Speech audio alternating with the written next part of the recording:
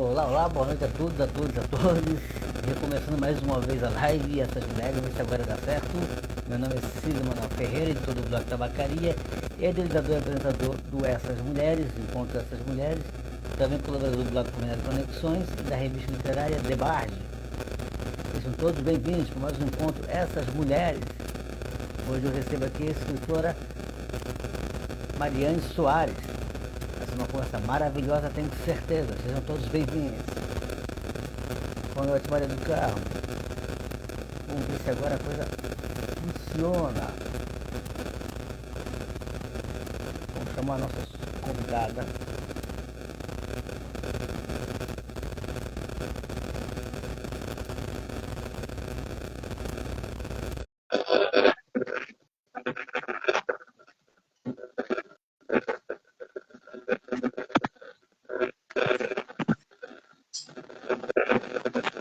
Oi! Boa noite, Mariane. O teu áudio, eu não estou conseguindo te ouvir, Mariane. Não me ouve? Tudo bem. Agora estou te ouvindo. Boa noite, Mariane. Peço desculpa pelo plano de hoje, coisa do Instagram, né? Quando eu brinco aqui, os deuses da internet são pervertidos. Eles contam tudo com a gente.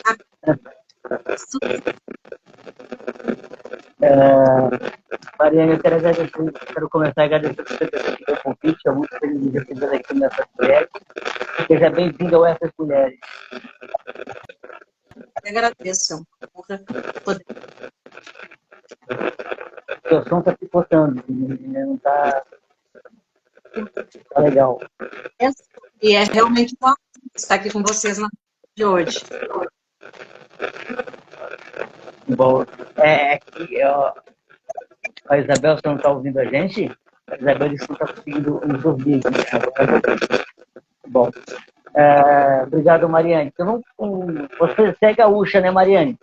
Sim, sou da Serra Gaúcha, São Francisco de Paula, ao lado de Canela. Lado de Gramado. Você nasceu em São Francisco de Paula mesmo? Sim, São Francisco de Paula mesmo. Que legal, que legal. Bom, vamos conhecer um pouco mais da Mariane Soares aqui. Mariane Soares, que é mãe, professora, escritora, editora, né? Fundou a editora Escrita Serrana, certo? Isso. Professora Simone Bumbá. Legal. É formada em matemática pela Universidade Federal de Pelotas, física pela Universidade Federal de Santa Maria, mestre em ensino de ciências exatas pela Universidade Federal do Rio Grande, não é? Isso. E é ativa na área cultural e atualmente é presidente do Conselho Municipal de Cultura de São Francisco de Paula. Com 3 livros publicados, atua em escolha de feiras de livros, com bate-papo e também na formação de professores e contação de histórias. Que bacana! Que legal! Você publicou 3 livros, né, Mariane? Eu tenho aqui marcado que eu li os Mistérios do Universo, né? Sim. A ilustração da Verônica Pascoaloto.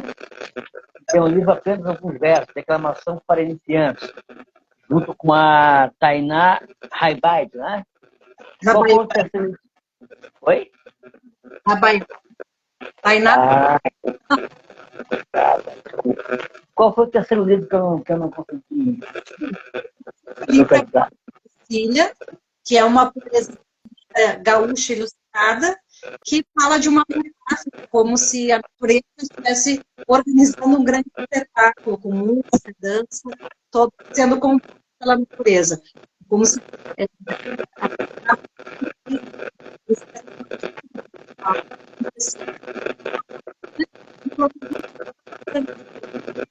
Ô, Mariane, o seu áudio está muito ruim, está muito picado, está danificado, sai. O teu cortando para mim bastante. Eu não sei se não é instabilidade do sinal na nossa região. Pode ser, digamos, se passou por um momento muito difícil aí com as chuvas, né? Aí você É, E aí, o áudio para mim está cortando muito também, e hoje nós estamos realmente com uma instabilidade de sinal aqui, devido às chuvas, e está bem complicado realmente a nossa região de sinal. a Maria do Carmo aqui, minha amiga escritora baiana, poeta, professora também, viu, Mariana? Teve aqui, salve de satisfação, eu disse, essa live nos proporciona muita aprendizagem. Obrigado, Maria do Carmo. A professora Simone aqui está falando que o sinal, o áudio está cortando, e a Fernanda Calei também falou que está bem complicada. A sensação aqui no sul, viu, minhas amigas, que são da instabilidade de sinal, talvez tenha esse problema aqui. Aqui, especialmente os alunos com muitas dificuldades com dias, então está complicando um pouco a gente.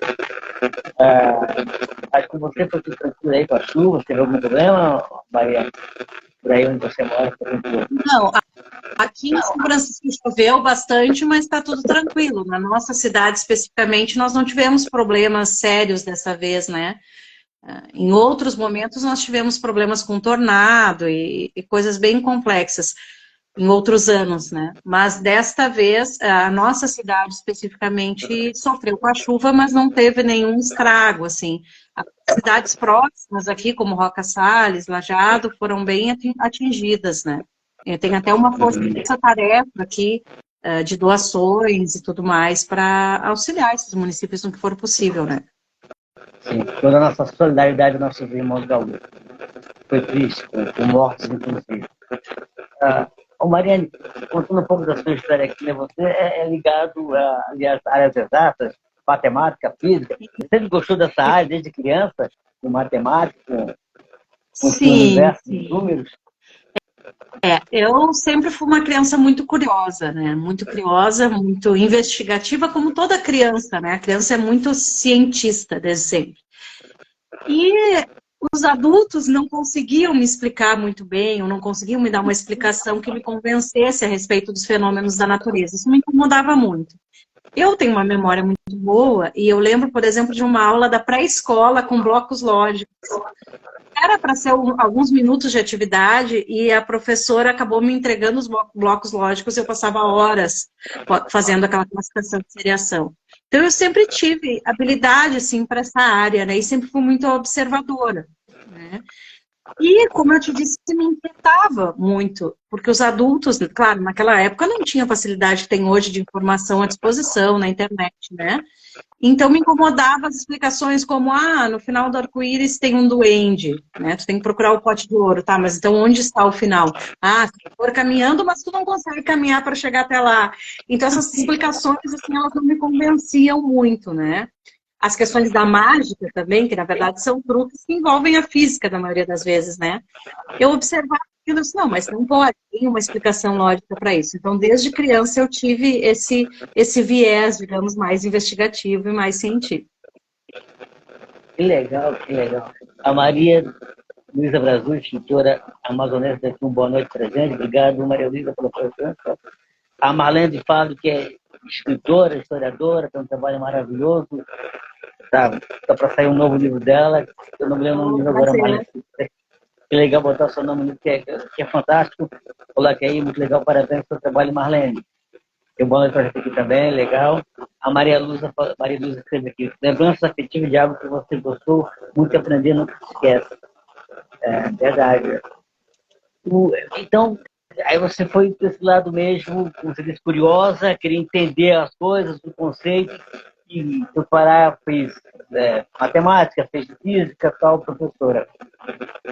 Aí você teve a ideia de escrever livros, né? Você fala muito disso, no caso do Lilico, os Mistérios do Universo. Você sentia falta de livros para essa garotada nessa idade, né? Isso. Isso. Dialogar com essa garotada, falar já, introduzindo ali os conceitos de física, né? Essa que é a sua proposta, né, Mariane? Era isso, né? Exato. Eu sou professora do estado do Rio Grande do Sul, né? Atualmente eu estou diretora, mas eu sou professora, chão de giz mesmo, que eu gosto, que eu amo é a sala de aula, de fato. E eu dava aula sempre para um 5º ano, além do ensino médio, e eu percebi a dificuldade de material adaptado.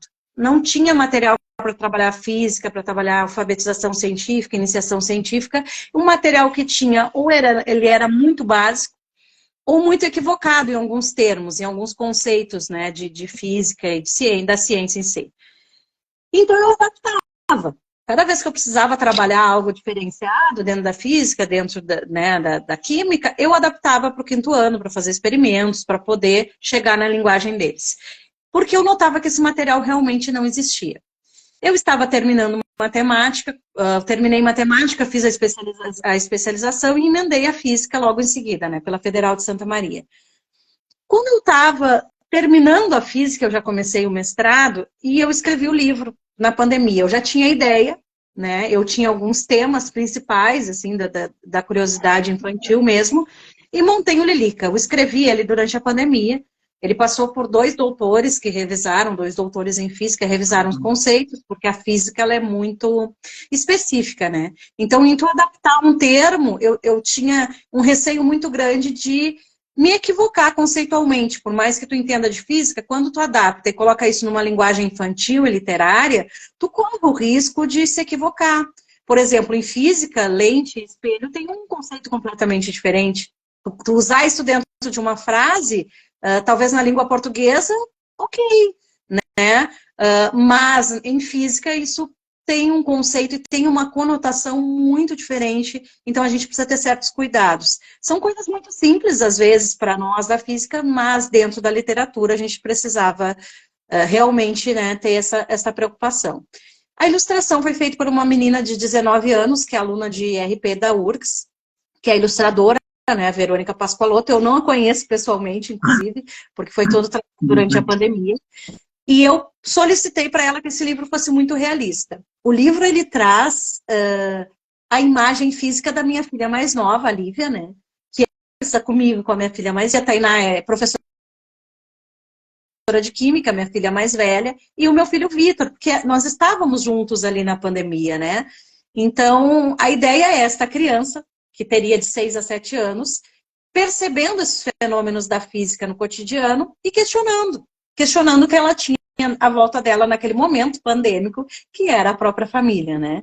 Então, esse primeiro livro, ele reúne 5 histórias, que são 5 tópicos de física adaptados, traz ainda, né, um glossário de física, e é lindamente ilustrado pela Verônica, assim, foi uma grata surpresa, né, quando ela me mandou as ilustrações. Que legal, Mariana. Assuntos muito bacanas, assim, que você já começa a conversar com a garotada, já dando uma noção, né, desses conceitos.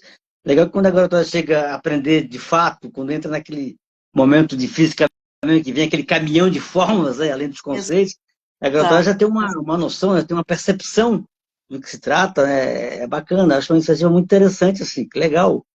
A ideia é justamente essa, né? Às vezes as pessoas pensam, eu não vou aprender física porque eu não gosto de matemática. Ou o professor pensa, eu não vou ensinar física desde a educação infantil, eu não vou fazer alfabetização científica porque eles não aprenderam matemática ainda. Mas tem toda uma questão conceitual que vem antes e que precisa ser trabalhada. E a criança, ela é naturalmente curiosa. Quando a gente começa a tolir essa criatividade infantil com explicações descabíveis, digamos assim, que é como a maioria dos adultos aprenderam. Que eu vou citar de novo o exemplo do duende no final do arco-íris, porque é o mais usado, né? Quem inventou o arco-íris foi o duende, papapá, e aquilo não explica, né? Não explica nada do conceito realmente que está envolvido ali naquele fenômeno natural. Então, a ideia é justamente preparar a criança, né, para a iniciação científica. E teve um retorno maravilhoso, tanto de professores quanto de crianças, desde a educação infantil, e de adultos, né? Eu recebi muitos relatos de adultos que tinham medo da física, que não gostavam da física, e que leram o livro e que, de certa forma, se aproximaram, né, dessa questão. Então, foi realmente muito prazeroso, né, colocar mais este filho no mundo, que é o Lilica, os Mistérios do Universo, e perceber, assim, como as pessoas conseguiram se aproximar desses conceitos a partir dessa escrita do Lilica. Isso é legal, depois você fala que até adultos que começaram até a gostar de física através dessa leitura, né? Que quando a gente começa a aprender física lá no ensino médio, lá, já vem aquele, como eu falei, aquele caminhão de fórmulas, vem aquela urgência de você entender tudo de uma vez só, que às vezes a gente perde até o prazer de prestar atenção no conceito, né, de entender o que está rolando, por que é isso aqui, por que isso aqui. Isso é muito legal, né? Você trabalhar com conceito, entender, né? Que às vezes, como a gente entra, como eu te falei, no ensino médio, entra com aquele caminhão de fórmulas, tinha o prazer do estudo da física, né? Que fica aquela pressão que você tem que decorar, tem que entender aquelas fórmulas ali, assim. Na Exato, verdade, a fórmula ali é consequência, né? Consequência do conceito, né? exato, Por onde- exato. né? É, isso que, na verdade, quando eu comecei a faculdade, tive um professor maravilhoso, que ele tem PhD em buracos negros, então já é algo bem mais teórico, né? Mas ele dizia, a gente tinha uma dificuldade com a matemática da física, porque olha que interessante, Sidney, eu comecei a fazer física, eu já era formada em matemática. Eu e uma outra colega minha que já é formada em matemática. E eu disse para ela assim, olha, vamos fazer física, abril, assim, assim, porque a gente já é formada em matemática, nós vamos fazer essa faculdade rindo, lendo engano. Gente, a matemática da física, ela é muito diferente da matemática da matemática. É Sim. interessante, porque nós, na matemática, nós calculamos tudo até o fim. Os resultados, eles têm que fechar com exatidão. E na física teórica, essa matemática, ela é muito aproximada. Então, tu tem várias constantes que normalmente tu nem substitui o valor exato. E o matemático, o que ele quer fazer? Quer substituir o valor da constante e calcular, né, todas as casas decimais. E na física é o tal do corta, corta, corta, corta. Se tu sabe o conceito, tu sabe a fórmula,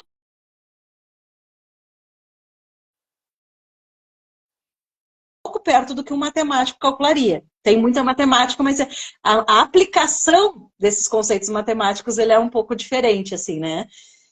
Porque realmente os cálculos eles são muito mais difíceis, então a física tem vários macetes, assim, e quem é da matemática inicialmente tem muita resistência com isso, né? Porque para facilitar a matemática da física, que é muito complexa, se usa, assim, determinados atalhos. Então eu tive essa dificuldade, mesmo sendo formada em matemática, eu tive que fazer essa transição, né?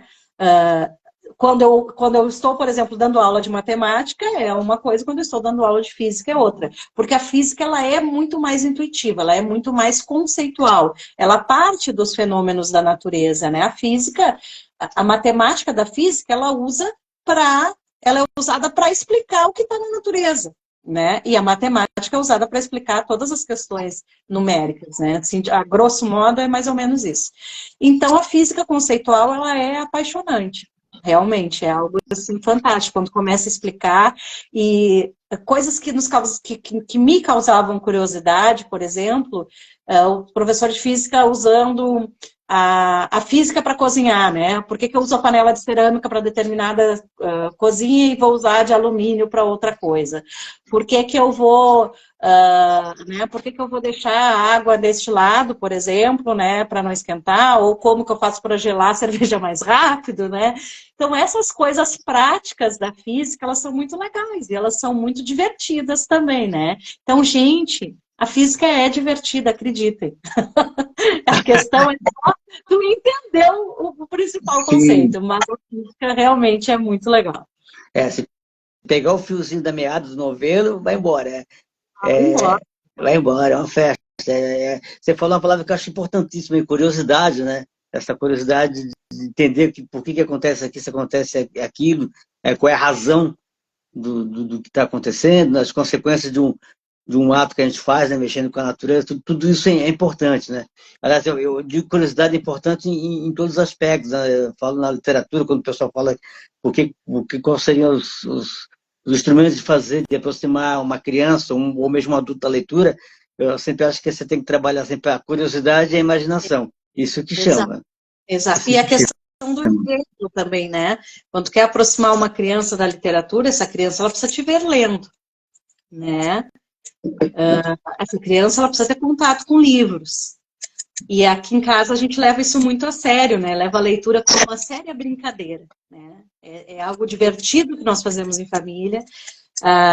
Eles sempre tiveram livros, todos os meus filhos. Eu tenho 2 filhos mais velhos, a mais velha tem 23, o do meio 19, e a Lívia, que é a raspinha do tacho, como se diz aqui na Serra Gaúcha, que vai fazer 6, tem 5,5. Que já tem sua própria biblioteca, acabou de escrever um livro próprio dela, né? Fez os dados para a gente botar num livro, né? Eu e a Simone, minha sócia ali na editora, e ela nos pediu, né? Um dia nós numa reunião da editora, e ela nos pediu se nós não íamos publicar o livro dela. Como assim, né? Que nós publicávamos vários livros e não publicávamos o delas. Então, eu acho que esse incentivo à literatura, à ciência, à leitura, ao estudo, né? Ele parte, sim, do exemplo do adulto, né? A gente educa muito pelo exemplo. A criança observa o adulto. Tu pode dizer, ter um discurso maravilhoso, né, para a criança. Se tu não tiver o exemplo, ela vai fazer aquilo que ela vê. Aquilo que ela vê em ti, porque a criança nos vê. Ela nos olha e nos vê. Então, precisamos pensar, né, que exemplos nós estamos dando para as nossas crianças. O que a criança tem como referência, né, Mariane? E o pai, a mãe ali, a família ali, é a referência que ela tem, a primeira referência que ela tem, né? Exato. Então, isso mexe muito. Qual é o nome do livro da sua filha? Fiquei curioso aí agora. Eu posso pedir para alguém buscar. É Pótima, a Pipopócona Ótima. Peraí que eu vou só desligar o microfone e pedir para alguém buscar aqui. Tá bom. Já vão nos alcançar aqui o livro. Tá bom. Obrigada. Bom. Você escreveu um livro. Aqui, ó. Olha só. Pomita Amitó. Interessante. Lívia Chaves. Pótima, a Pipopócona Ótima. Porque ela não conseguia, ela gravou os áudios do livro e ela não conseguia falar hipopótama. Então ela falava Pipopócona.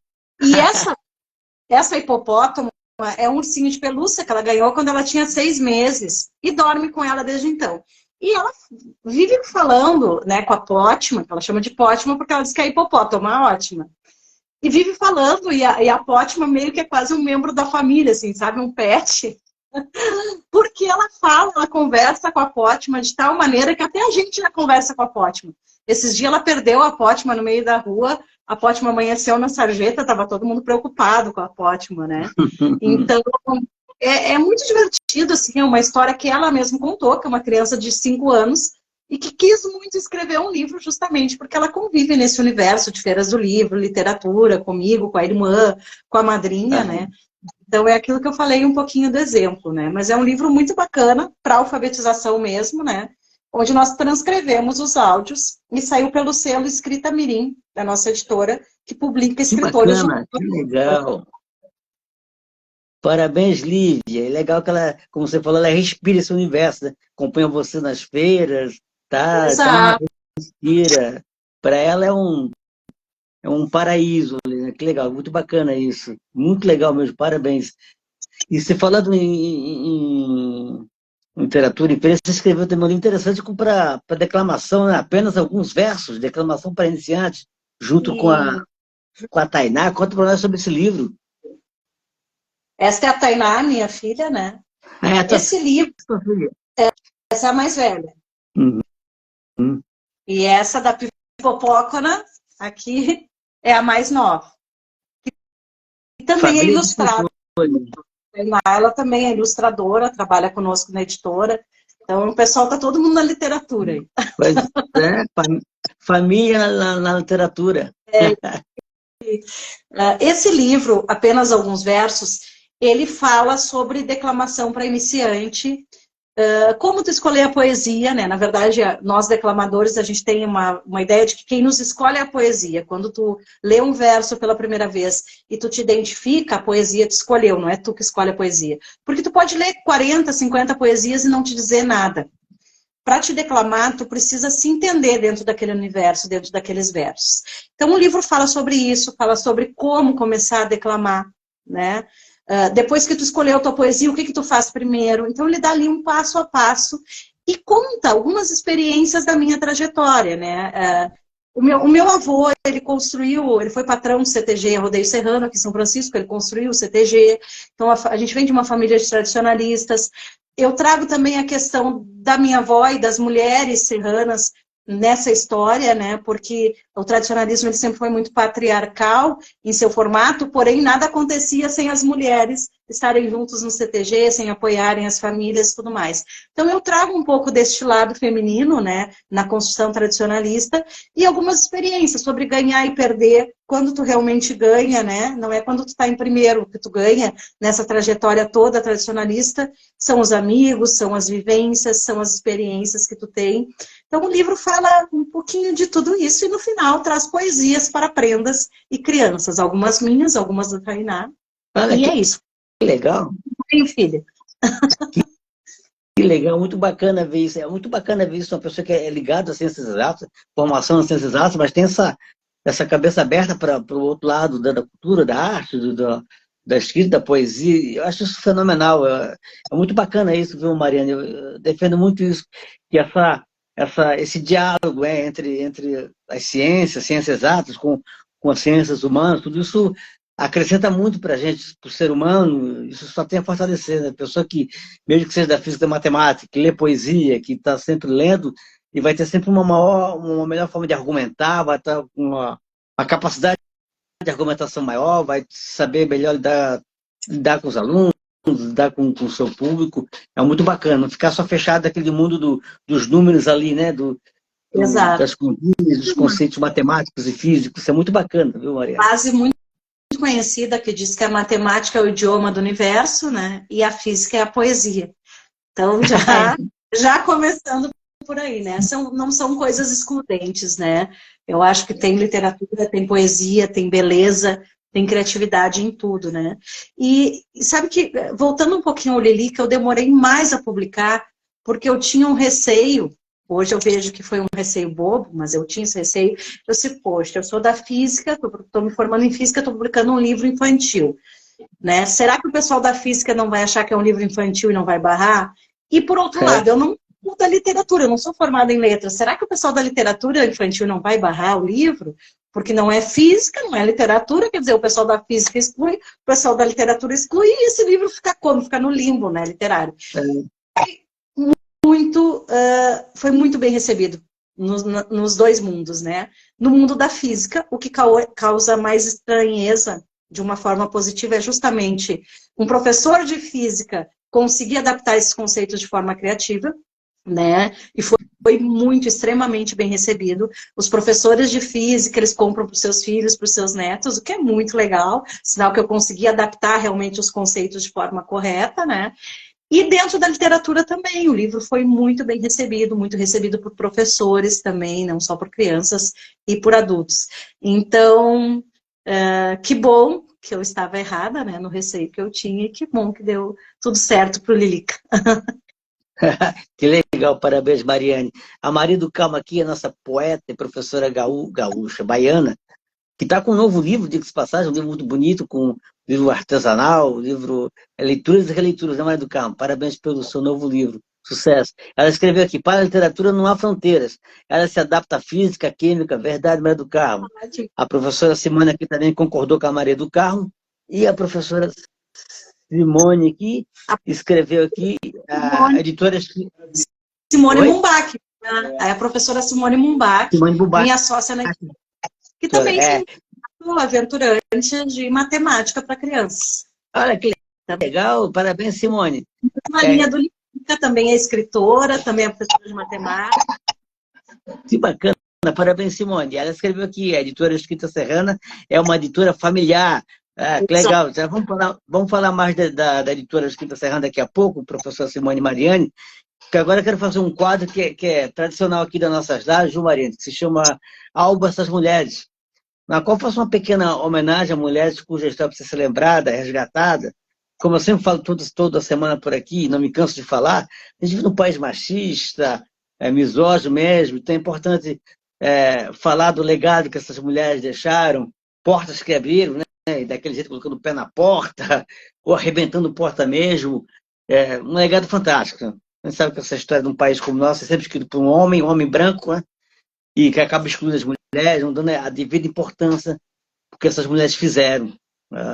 Eu comecei esse quadro com a minha conterrânea, Catarina Antônia de Barros, uma mulher extraordinária, educadora, jornalista, escritora, fantástica, política, e passei por várias mulheres fantásticas, mais de 120 mulheres homenageadas, já falei aqui de Cecília Meirelles, Carolina de Jesus, já falei de Zuzu Anjo, né, que teve o filho morto pela ditadura e também foi assassinado pela ditadura. Já falei de, de Hilda Hilst, enfim, mulheres fantásticas que eu tive o prazer de falar aqui nesse quadro aqui. Na semana passada, por exemplo, eu falei da atriz Isaura Brum, foi uma atriz de cinema, de televisão, de teatro, fez muito sucesso lá na década de 60, finalzinho da década de 60, especialmente com a novela Direito de Nascer, que foi um sucesso estrondoso, uma ótima atriz que infelizmente morreu no esquecimento, quase como indigente mesmo, assim. Mas era uma atriz fantástica que merece a nossa consideração. Hoje eu vou falar de uma gaúcha fantástica, a Andradina de Oliveira. Foi uma jornalista, professora, escritora, uma líder feminista, defendia a instrução das mulheres, né? Não engolia aquele papo de mulheres que são inferiores aos homens, que era muito vigente naquela época, ainda hoje, infelizmente, da cultura machista que ainda apoia essa ideia, né? Colocando o homem um patamar acima da mulher, né? Já a Andradina nasceu em Porto Alegre no dia 12 de junho de 1864 e morreu em São Paulo em 19 de junho de 1935. Era filha do médico paulista Carlos Montezuma de Andrada, e da dona Joaquina Maria Pacheco. A dona Maria Pacheco, quando casou com o Carlos Montezuma, já era viúva, tinha 2 filhos no casamento, o Antônio e a Ana, e com o Carlos teve a Andradina e também teve um menino que acabou morrendo muito criança, muito cedo. Tal. Na infância, ali na primeira parte da infância, a Andradina era muito ligada ao pai, o pai gostava muito dela, ensinava poesia para a filha, ensinava poesia, recitar poesia, poemas, e tinha assim, uma esperança, assim, cuidava da educação da filha e que sonhava ver a filha formada em médica como ele, né? Mas ele acabou morrendo, a Andradina era muito jovem, tinha uns 5 anos, e conta que quando ele estava para morrer, ele falou para o enteado Antônio: ó, Antônio, cuida bem da educação além de cuidar da família, cuida bem também da educação da Andradina, que essa menina vai longe, quero vê-la longe e tal, quero vê-la médica e tal. E o Antônio assumiu uma condição vamos dizer assim, de cuidador da família, né? Responsável pela família, isso lá em 1869, perdão. E foi cuidando da família, assim, né? Aí a nossa Andradina cresceu, muito ligado à arte, à cultura, com 14 anos já escreveu uma peça de teatro.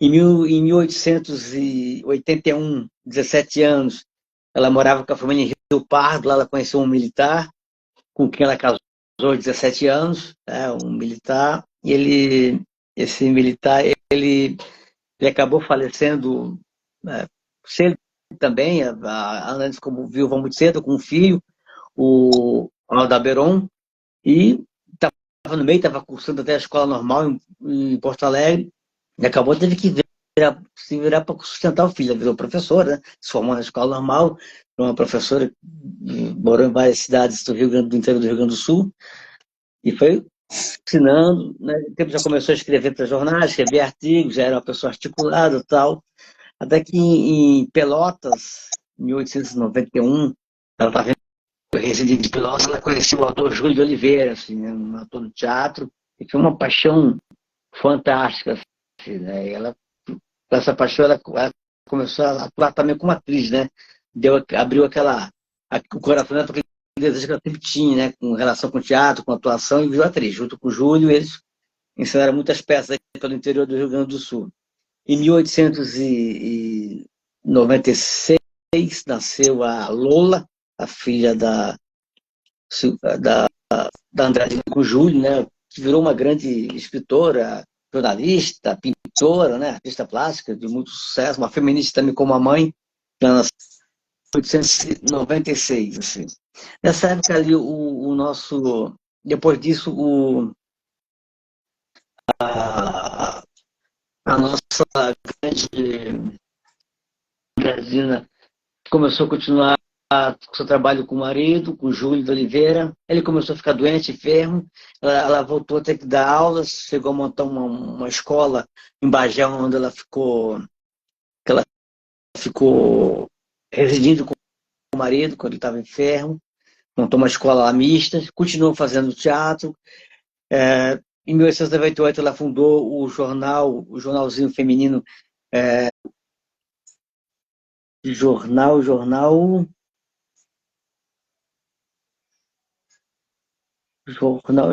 Escrínio, nome difícil, que significa armário ou guarda-joias, é um jornal feminista voltado para a mulher que tinha como slogan "Pela Mulher", tá? Isso em 1898. Aí depois o marido continuou enfermo e foram para Porto Alegre. Lá em Porto Alegre ela continuou dando aula, mas continuou fazendo seu trabalho com teatro, promovendo eventos culturais no Teatro São Pedro, no tradicional Teatro São Pedro. Começou a escrever peças, começou a atuar com junto com a filha, que pequenininha já começava nos palcos, e começou aí com a sua luta ali, sempre lutando, escrevendo. Lá em Porto Alegre ela deu continuidade ao seu jornal voltado para as mulheres, né, o Escrínio. E então, em 1906, morre um filho dela, de tuberculose, o Adoberon. Uma morte triste, né? A mãe perdeu o filho, assim, abalou muito tanto a Andradina como a filha Lola. Isso em 1906, o rapaz tinha 20 anos. Depois disso, ela ficou mais em casa, assim, escrevendo, lançou alguns livros e tal, até 1919, que ela voltou com o jornal dela, tá? Começou a viajar pelo Rio Grande do Sul, escrevendo, lançando livros. Em 1910, ela lança o livro, o romance O Perdão, que é o livro o mais famoso assim, da Andradina, que conta a história de uma mulher que acaba traindo o marido com um sobrinho do marido e tal, que foge com esse amante, com medo e tal. É um livro que sempre é muito falado, porque ele consegue retratar muito bem a Porto Alegre daquela época, né? Traz um panorama bem interessante da cidade de Porto Alegre daquela época. E em 1910 também ela encerra de vez o seu jornal lá. Ela parou de vez de lançar o seu jornal, da qual ela era dona, escritora, redatora e tal. Em 1912 ela lança mais um livro importante, que foi o Divórcio, era o nome do livro, que era um livro que era um romance tese, como eles chamaram, que fazia uma defesa do divórcio, né? Que ainda não era implantado no Brasil, pelo menos o divórcio pleno, né? Que só foi aprovado no Brasil em 1977, e esse livro fez parte de uma campanha, né, para que o Brasil adotasse o divórcio mesmo e tal. Recebeu uma saraivada de críticos da igreja, da ala conservadora da sociedade e tal. Tanto que aí em 1900, isso, o livro foi em 1912, em 1913, ela começou a viajar tanto por cidades do Brasil, pelo interior do Rio Grande do Sul e até fora do país. Em 1913, por exemplo, ela viajou para o Uruguai, promovendo eventos culturais e fazendo palestras. Uma das palestras dela tinha o título de "A Mulher Não é Inferior ao Homem". E ela começou isso. Em 1913 até 1917, ela viajou para o Uruguai, Argentina, Paraguai, por cidades do interior do país, várias cidades do Rio Grande do Sul, até que ela chegou em 1917, ela foi para Cuiabá e ficou 2 anos em Cuiabá. Ela é a filha. Ela com suas palestras, vendendo livros, e a Lola, que já estava pintando quadros, né, expondo seus quadros, suas telas, e também dava aula como professora de pintura e de retrato também.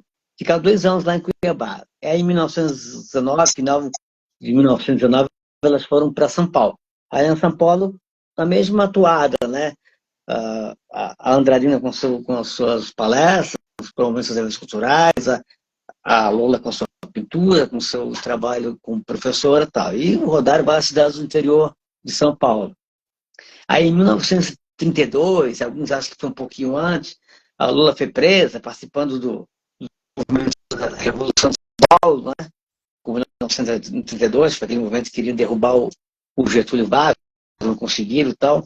Mas a Lola foi presa, isso causou mal-estar na Andradina, ela desenvolveu um quadro de insanidade mental, né? Segundo foi relatado à época nos jornais. foi internada no asilo e veio a falecer em 1935, em 19 de julho de 1935. A Andradina é dessas mulheres incríveis. Ela, naquela época, né, século XIX ainda, início do século XX, ela nessa luta pela independência da mulher, defendendo a mulher, direito à educação, defendendo o divórcio, né, defendendo por que as pessoas tinham que ficar num casamento mal sucedido. Uma história de uma mulher incrível, batalhadora, Andradina de Oliveira. Assim, muito orgulho de falar dessa mulher incrível. Ela que tem um trabalho maravilhoso com o seu jornal Escrinho, que por vários anos, faz um trabalho maravilhoso. Com muito orgulho, eu falo dessa gaúcha espetacular, Andradina de Oliveira. Andradina de Oliveira presente. Se você quer fazer algum comentário, fica à vontade, viu, Mariane? Não, a importância da Andradina, né, não só para Porto Alegre, para o Rio Grande do Sul, mas para todas as mulheres. E o quanto nós ainda precisamos de Andradinas, né, embora para algumas mulheres a vida seja mais fácil e nós já tenhamos a consciência, né, de todo o poder feminino, de toda a liberdade feminina, ainda se vive numa sociedade que é patriarcal, que é estruturalmente ela é machista, né? A gente ainda passa por algumas coisas que não precisaria passar, né? Nenhuma mulher precisaria passar por situações que ainda vivemos. Infelizmente, o número de feminicídios no país ele cresceu, né? Eu não vou dizer os números agora porque eu não lembro. A gente tem muitos casos de abuso, a gente ainda tem muitos casos de relacionamentos abusivos, onde as mulheres acabam ficando porque não conseguem se sustentar, não têm independência financeira. Então, ainda é um assunto tão atual, né? E todo o ideal pelo qual a Andradina lutou, ele ainda segue vivo em todas nós, né? Eu acho que hoje as mulheres elas têm mais sororidade. Elas conseguem se enxergar menos como concorrentes e se apoiar mais. Até, tu chegaste a assistir, né, uma live que nós fizemos semana passada, eu e a Simone, sobre a administração do Papo de Empreendedora. O Papo de Empreendedora é um grupo de cerca de 50 mulheres aqui da nossa cidade, são todas empreendedoras. E todas se apoiam, né? De alguma forma e trocam ideias. Nós tivemos um evento muito bacana semana passada, organizado ali pelo grupo das meninas. Isso já acontece muito mais hoje, né? Antigamente, décadas atrás, era inviável se pensar em algo desse porte, assim, mulheres se apoiando neste sentido. Então, existiam algumas poucas corajosas, como a Andradina, que puxavam aí a bandeira, né, das mulheres e eram condenadas pelas próprias mulheres, muitas vezes. Também se tinha muito mais disso, né, ou por medo, ou por receio, ou talvez por falta de conhecimento da importância do tema, mas por muito mais Andradinas, né, e como muito bem disseste, Andradina presente. É mesmo. Deixa eu dar uma olhada aqui para minha mãe, que está aqui na live. Deu boa noite, minha mãe, Nívia Silveira, que é minha mãe, mamãe tem sempre preferência, né? E a professora Simone falou aqui, uma pioneira mesmo, viu, Simone? Só para falar, o Júlio Oliveira, a gente não sabe o que aconteceu com ele nessa relação com a Andradina, né? Até Porto Alegre, quando estava lá em 1903, que estava lá em Porto Alegre, ele estava enfermo. Ninguém sabe se ele morreu, como ele estava enfermo, ou se eles se separaram, se a Andradina se separou dele, não se tem informação disso, viu? A própria Lola, que escreveu depois uma biografia da Andradina, assim, ela nem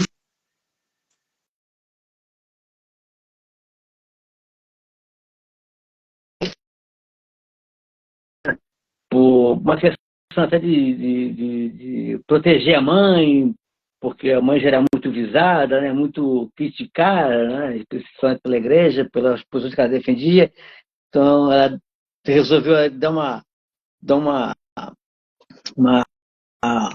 tapeada na biografia, dizendo que não, que a Andradina só foi casada uma vez, tal. Mas, na verdade, não foi isso, assim.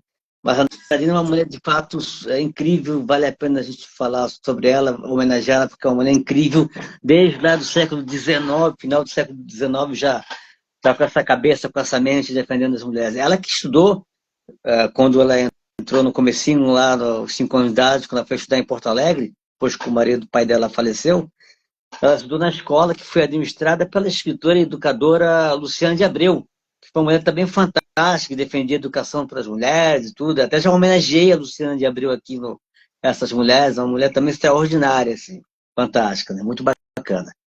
O Mariane, dando continuando nosso papo aqui, então fala um pouco sobre a editora Escrita Serrana. Como é que começou a ideia da Escrita Serrana?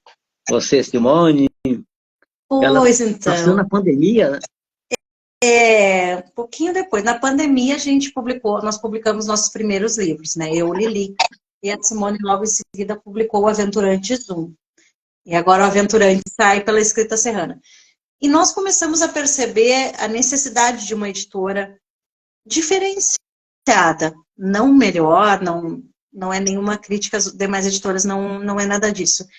Mas a gente, como escritoras, sentimos falta de sensibilidade artística, de criação, de entender aquilo que o escritor está dizendo, de respeitar muitas vezes a assinatura literária, né? Embora a correção ortográfica, por exemplo, ela seja técnica, ela precisa respeitar algumas características regionais e principalmente o direcionamento, né?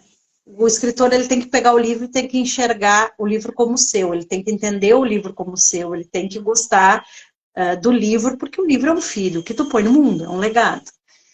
E aqui na nossa região, especificamente, não tinha editora. Aqui na região serrana, São Francisco, Canela, Gramado, não tinha uma editora de autores autopublicados, que é como nós trabalhamos, né? Como funciona o autor autopublicado? O autor paga o custo do seu livro, porém o direito autoral é todo reservado ao autor. Então o lucro é todo do autor, né? O autor não trabalha para nós, né? Nós prestamos serviços editoriais ao autor. Essa eu acho que é a grande diferença, assim, é o principal, a escrita serrana, tanto que o nosso slogan é tua escrita é nossa marca, né? Porque a escrita é tua, não é nossa. Não somos nós os donos desta obra. Então nós tínhamos isso muito claro, eu e a Simone. E aí nós demoramos mais para abrir a editora, porque a gente não conseguia escolher o nome. Então nós sentávamos, aqui tem o Lago São Bernardo, a gente sentava domingo para tomar chimarrão, e pensamos em diversas possibilidades de nome, até a gente chegou a pensar em Por Pares, porque quando tu faz a revisão no meio acadêmico, científico, a gente se submete à revisão por pares, que a gente chama na ciência, né? E aí um dia nós tomando chimarrão e conversando, e nós estávamos fundando, junto com outros escritores da cidade, a Academia Serrana de Letras também, e aí a Simone me olhou e disse, Mariane, Escrita Serrana. Eu disse, é isso, podemos abrir a editora. Isso 2 anos. Nós só não abrimos porque nós não tínhamos escolhido o nome, gente, literalmente. E isso foi no domingo, na segunda-feira a gente tinha uma janta, aí a gente montou o logotipo já e lançou. Bom, vamos lançar a ideia. Vem aí, editora Escrita Serrana. E pensamos, vai levar alguns meses para, né, enfim, para tomar corpo, para surgir algum projeto, vamos trabalhar muito nisso.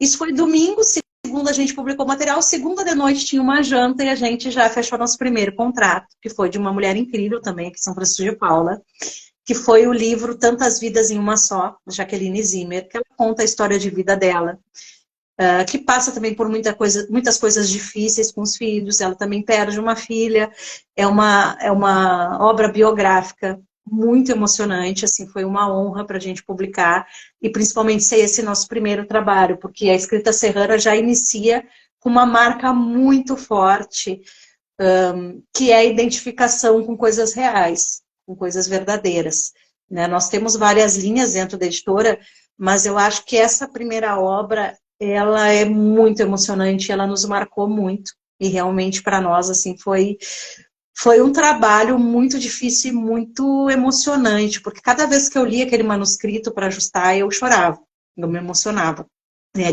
eu chorava de alegria, eu chorava de tristeza, eu vivia com a Jaqueline aquelas coisas, e realmente foi um trabalho muito intenso, e foi muito gratificante poder iniciar a Escrita Serrana com este livro. Hoje, um ano depois, a gente está recém comemorando um ano de editora, nós já temos aí 20 títulos publicados, entre autores mirins e adultos. Estamos com 2 antologias no forno, né? Recém publicamos o Aventurantes 2, da Simone, estamos com a Pótima, a Pipopoco na Ótima, em pré-venda. No forno também para impressão a antologia da Academia Serrana de Letras, com 20 escritores, e um projeto muito legal que a gente lançou essa semana, que é Mulheres Serranas, onde nós vamos unir histórias de mulheres serranas, né, da Serra Gaúcha. E nessas histórias, essas mulheres vão poder contar suas vivências, suas memórias, suas experiências, o que nos faz mulheres e o que nos torna mulheres serranas, né? Então é um projeto muito bacana que está aí, a gente lançou essa semana agora, estamos analisando os trabalhos, recebendo os trabalhos e convidando as mulheres para participar. Que legal, Marlene. Desculpe, Mariane, que bacana. Isso é muito legal, Mariane, muito legal mesmo, dar espaço a essas mulheres contarem, falar dos seus sonhos, seus desejos, né, suas ansiedades, é muito bacana. É importante dar voz a essas mulheres, é muito legal mesmo, assim, pegando todas as mulheres serranas, como você falou, né, é muito legal, pegar uma cultura em si, né, e mostrar, é lindo, isso é lindo mesmo, assim. Você falou do livro da Jaqueline, qual é o nome do livro dela? Fiquei curioso, qual é o nome do livro dela? O livro é fantástico, assim, é Tantas Vidas em Uma Só, aqui, ó. Ah, que legal. Tantas Vidas em Uma Só, né? Aqui são, no caso ela tem mais um bebezinho, né? São os 2 filhos dela, a mãe e o esposo, e ela conta a história de vida dela, né? E dentro dessa história ela perdeu 2 filhos, né? Perdeu uma menina com 15 anos e um bebê, e passou por muitas coisas, relacionamentos complicados, várias situações de vida mesmo, e ela se reergueu, ela batalhou, ela seguiu em frente. E é um livro que, olha, quem não leu ainda, é uma obra biográfica, né? Mas é fantástico. É realmente algo assim que mexe. É daqueles livros que você lê e você vive junto com o livro. Quando o livro termina, você pensa, poxa, né? Não tem como não se identificar como mulher com um livro desse. Mesmo não com uma história tão difícil quanto a da Jaque, mas eu acho que a superação dela, né? Porque tu pode cair milhões de vezes. Se tu levantar milhões e uma, né? Tu aprendeu com isso. E a Jaque traz isso, né? Não importa quantas vezes tu cai, não importa pelo que tu passa, a mulher, ela levanta e ela segue em frente. Então, esse livro conta essa história aí. Quem quiser pode chamar em inbox ali, né? A gente pode passar o Instagram dela para vocês Que legal. adquirirem, que é maravilhoso, realmente. Que bacana, parabéns. De leitura no dia de hoje. Parabéns, Jaqueline, parabéns para a editora Serrana, escrita Serrana, por proporcionar esse livro, é muito bacana. A professora Simone escreveu aqui, trazer a potencialidade da mulher serrana, está falando da antologia, bacana, é isso mesmo, viu, Simone? Legal. E essa antologia vai ser... Oi? Cortou. Oi, desculpa, te interrompi, pode continuar, perdão. Mariane, está me ouvindo? Agora sim, agora estou te ouvindo. Pode continuar, desculpa, te interrompi, pode terminar seu raciocínio. Não, sobre a antologia Mulheres Serranas, né? Fazer um lançamento coletivo desse livro, né? Um evento muito bacana. E o livro, eu acho que responde a uma pergunta: o que nos torna mulheres serranas, o que nos faz todas as mulheres serranas, né? E eu costumo dizer, né, eu sou serrana, nasci e me criei aqui, mas eu costumo dizer que aquilo que nos torna serranos não é o que está na história da cidade, né? É o cheiro do lago, é o cheiro da chuva, é o pinhão na chapa, são as histórias que a gente conta ao pé do fogo, são aqueles conceitos e aquelas vivências em família, né, que são passadas de geração a geração, são as angústias, são os costumes muito peculiares da região. E esse somatório de coisas, somatório do senso comum do lugar, é o que te faz ser daquele lugar. Não importa se tu nasceu lá ou se tu escolheu para morar, né? Mas essas vivências, essas memórias que tu tem relacionadas àquele lugar, que tu só vai viver ali por algum motivo. Então é isso que a gente quer trazer nessa coletânea e dar voz a essas mulheres serranas, né? O que te lembra como mulher serrana? Como tu te identifica como mulher serrana? Então, nesse livro vai ter muita história engraçada, vai ter história triste, vai ter história de tradição, vai ter história de vivências, vai ter relações de afeto com a cidade, e vai ser um livro também muito bacana, há muitas vozes, né, de muitas mulheres serranas, e vai valer a pena também. Então, é um trabalho, assim, eu até me emociono um pouco, porque é um projeto que a gente está fazendo, eu e a Simone, com muito carinho, né? E Que estamos legal. aí pelo resultado. E tem título essa antologia, Mariane?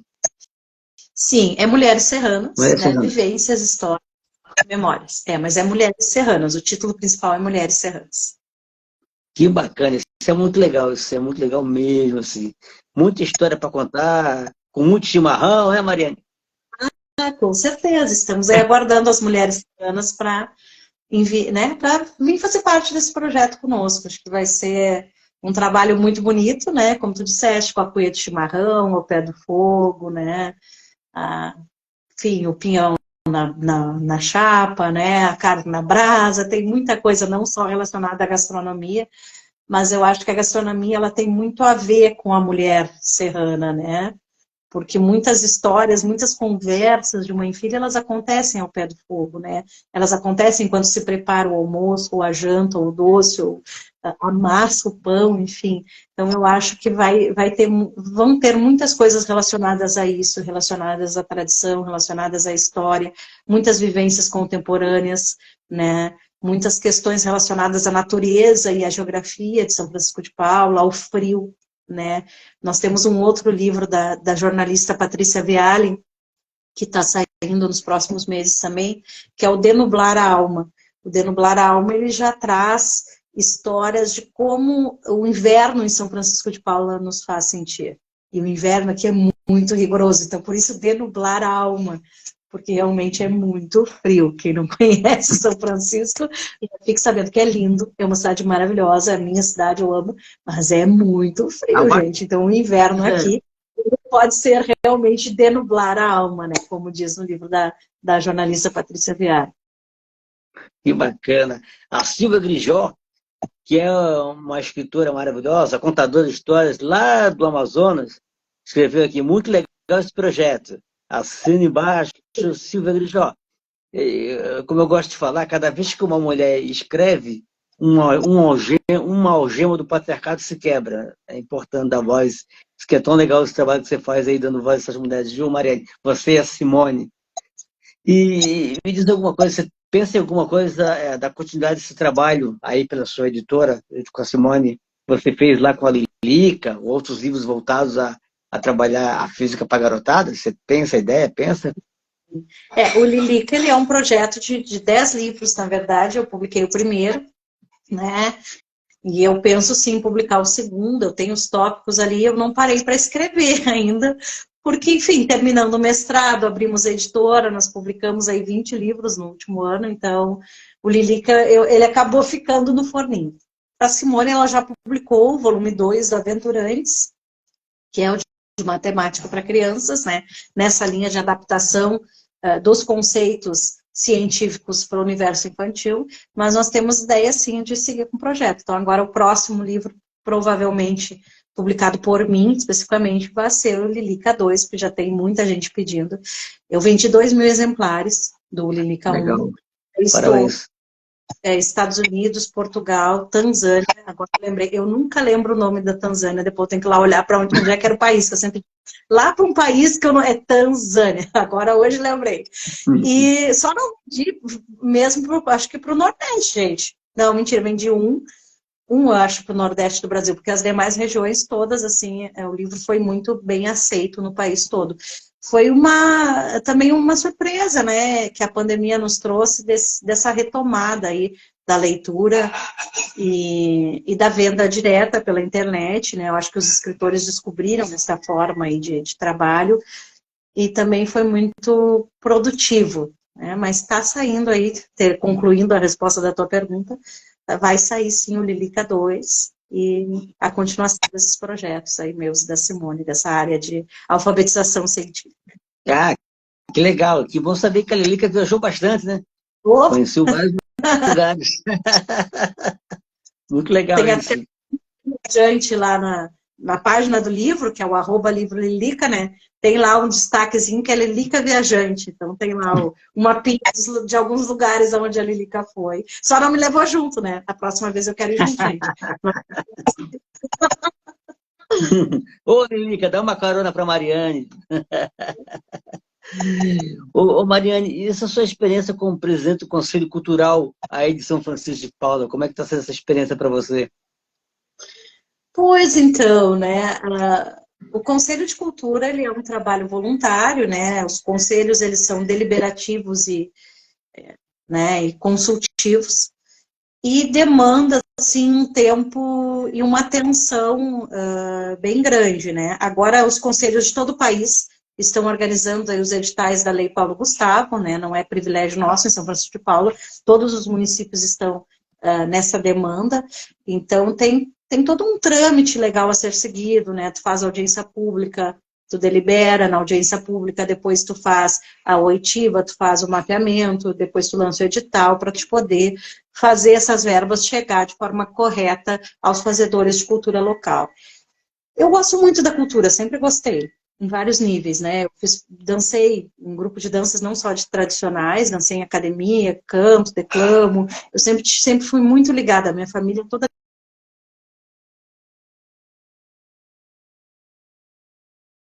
Alô, Mariane? De alguma forma. Oi, está me ouvindo? Agora estou aqui, tá dando uma travadinha, mas agora estou ouvindo. Continua, obrigado. Mas, enfim, ter a oportunidade de contribuir de alguma forma com a cultura local, enquanto presidente do Conselho de Cultura, é realmente bem gratificante, né? É um trabalho, não digo pesado, mas é um trabalho bem técnico, assim, e tem que se ter um cuidado muito grande da destinação correta, né, da deliberação correta, para se fazer cultura da melhor forma. E hoje nós temos leis de incentivo à cultura diretas, né? Isso é bem importante. A Aldir Blanc, ela vem todo ano. Este ano vem a Paulo Gustavo, por conta da pandemia. Mas a Aldir Blanc, por exemplo, tu tem que destinar todo ano. E como é feita essa destinação de recurso no município depende do Conselho Municipal de Cultura, né? Os editais, a montagem, a deliberação daquele valor, como tu vai desmembrar o valor que vem do governo federal, né?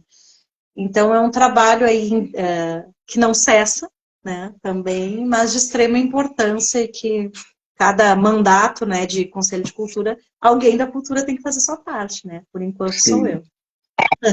Parabéns pelo seu trabalho, Mariane. É importantíssimo. Faz a diferença, viu? Tenho a certeza disso.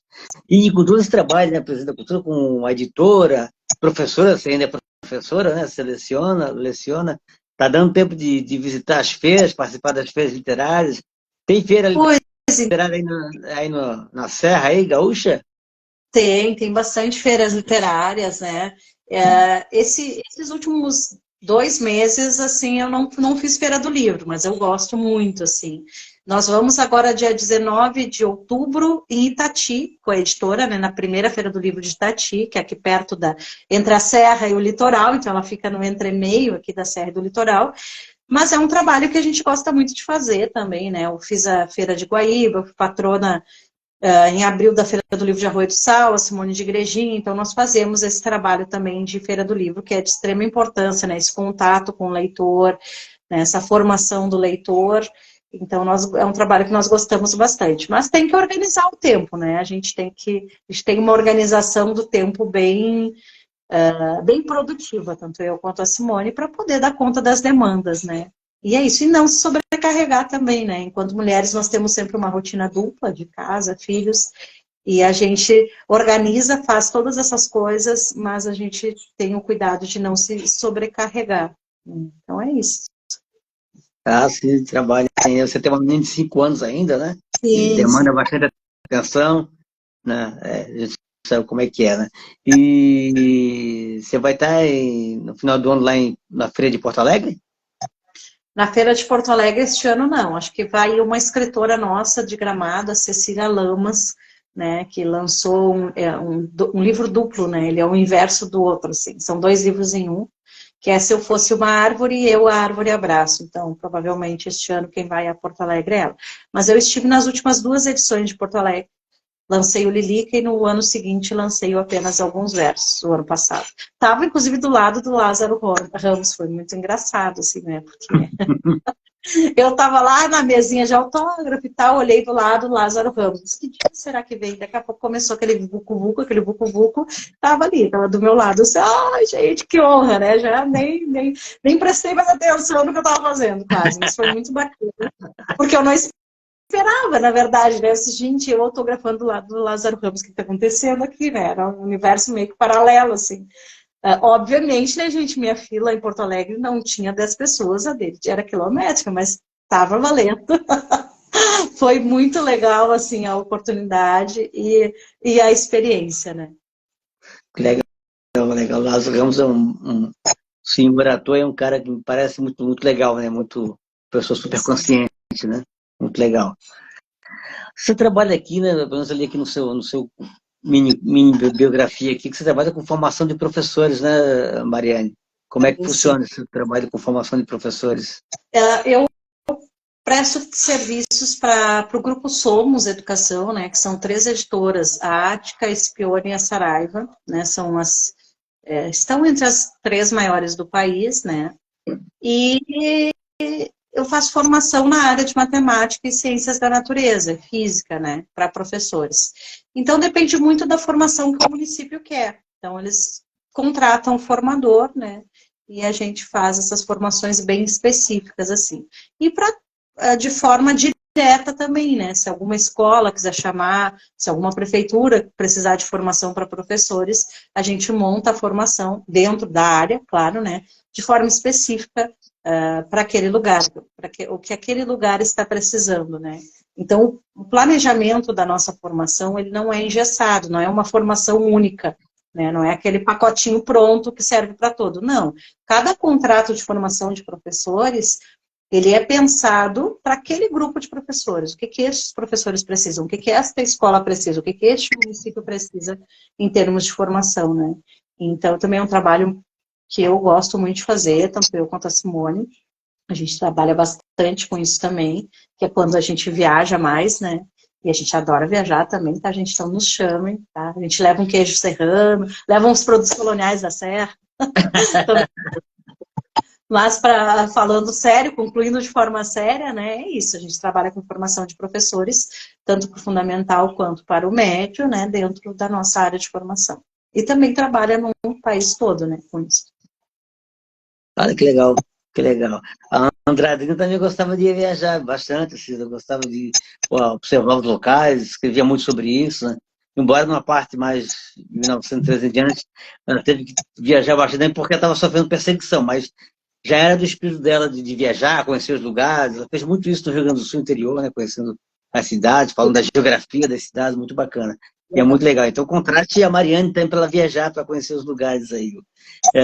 Por favor. Você trabalha com formação de professores do ensino fundamental ou também do ensino médio? Ensino fundamental e médio. Fundamental e médio. Legal. Eu tenho magistério, né? Eu me formei no magistério com 18 anos e atuo na sala de aula desde então. Eu fiz uma pausa no magistério, tive uma escola de informática, depois me especializei na área, fiz um técnico em informática e voltei para o magistério, né? Então, é bem como eu disse, depende do grupo de professores. Eu faço formação tanto do primeiro ao 5º ano, né, quanto do 6º ao 9º, e para professores do ensino médio de ciências. Depende muito do local, do que o local está precisando, né? Então, são formações bem específicas dentro da minha área de formação. Isso é muito importante, Mariane, que você está falando que não é uma coisa engessada, que é de acordo com a demanda da cidade, da escola, com as características dos professores. Isso é muito importante, muito bacana. Muito bacana e com esse tipo de pensamento, isso é uma coisa não engessada, que respeita, que escuta as necessidades da escola. Isso é muito importante e com certeza dá bom resultado. Parabéns, muito legal. A formação de professores precisa ter continuidade a partir da realidade do professor, né? Então, quando a gente monta a formação, a gente pensa nisso, né? Qual é a realidade e o que nós precisamos melhorar nessa realidade, de que forma nós podemos contribuir, né? E sempre eu parto do princípio que não existe uma receita pronta, e embora a Mariane seja a formadora naquele momento, eu não sou a dona da verdade, né? A gente precisa considerar a experiência dos profissionais, dos colegas que estão ali, né? Então, acho que uma boa formação, ela parte dessa premissa, né? Considerar a experiência daqueles profissionais que estão atuando, que estão dentro da sala de aula, e a partir dessa experiência, o que a gente pode melhorar, né? De que forma a gente pode contribuir. E eu gosto muito das formações muito práticas também, né? Muito formato de oficina, assim, muito mão na massa, muito atividade, o que que a gente implanta, como a gente implanta, de que forma a gente trabalha determinada habilidade, determinado conceito, né? E funciona muito bem, assim, a tarde passa voando. Que legal, Mariane, que legal. Recomendadíssimo, então, hein? Formação de professores com a Mariane. Você faz junto com a Simone, é isso? Que você faz o trabalho junto ou não? A gente trabalha na mesma área, mas a gente ainda não fez formações juntas, né? Porque a gente administra o tempo. Né? A Simone Tá. faz outra, a gente se divide aí nessa questão. Se reveza aí. É isso, exato. Que legal. E Simone, no seu lado escritor aqui, você tem esse trabalho com a Lelica, né? Você já falou que está para sair o segundo, a continuidade desse trabalho muito bacana de aproximar a garotada dos conceitos da física, legal. Mas você tem vontade de escrever outras coisas também, além disso? Romance, alguma coisa, outro tipo de literatura? Eu tenho vontades, assim, de escrever muitas coisas, né? Eu só não tenho tempo nem verba para tudo isso no momento. Mas eu gosto muito do universo infantil, da literatura infantil. Quando tu escreve para o público infantil, eu acho que tu coloca o melhor de si, o que tu tem de mais puro, o que tu tem de mais... de melhor, de verdade. Quando tu escreve para uma criança, tu coloca a tua criança interior para trabalhar, né? E é uma conexão muito, muito boa, assim, muito pura, muito gratificante. Então, eu pretendo escrever muitas coisas ainda, mas eu pretendo seguir com essa linha da Lilica, né, de física para crianças, e outras coisas dentro do universo infantil. Ou para professores, para aplicar em sala de aula, né? Porque realmente é o que eu gosto mais de fazer, assim, eu gosto mais do resultado de escrever para o público infantil. Eu acho que tem uma aura diferente, né? Que bacana, isso é muito legal mesmo, muito legal mesmo. É, e, e, e você, quando no seu lado de professor aí, você lida com dando aula de física, matemática, você continua dando aula de física e matemática? Ou só está com uma disciplina só? Eu sou diretora, né? Eu estou diretora em uma escola. Não estou em sala de aula, porque está faltando professor na minha escola, né, gente? Normal, aí quem é diretor, professor sabe. Então, eu estou substituindo a professora de matemática e ciências no 9º ano. E aí estou em sala de aula por este motivo, substituindo a professora, mas no momento eu estou diretora. Mas me faz muita falta, né? Volto a dizer que o que me faz feliz é realmente a sala de aula, né? Estar diretora tem um lado bom, que tu pode aplicar aquilo que tu acredita enquanto educação, e eu acredito na educação pública de qualidade, né, como uma força transformadora da sociedade, de verdade, não é demagogia, hipocrisia, não, eu realmente acredito. E eu tento colocar isso em prática na escola, enquanto diretora, junto com a minha equipe. Mas a sala de aula é realmente onde eu me realizo. E você, como professora e diretora também de escola, como é que você vê a aplicação dos recursos que a gente tem hoje, tecnológicos que a gente tem hoje, computador, internet? Como é que você olha isso? Você vê que tem que ser uma coisa que tem que ser consumida com parcimônia ou não? Tem que deixar usar mesmo à vontade? Como é que você vê isso? Eu acho que a gente precisa ponderar, né? Cada caso é um caso. Eu sou uma pessoa da tecnologia. Eu tenho especialização em mídias na educação, material didático digital. Eu gosto de usar tecnologia em sala de aula. Gosto, realmente.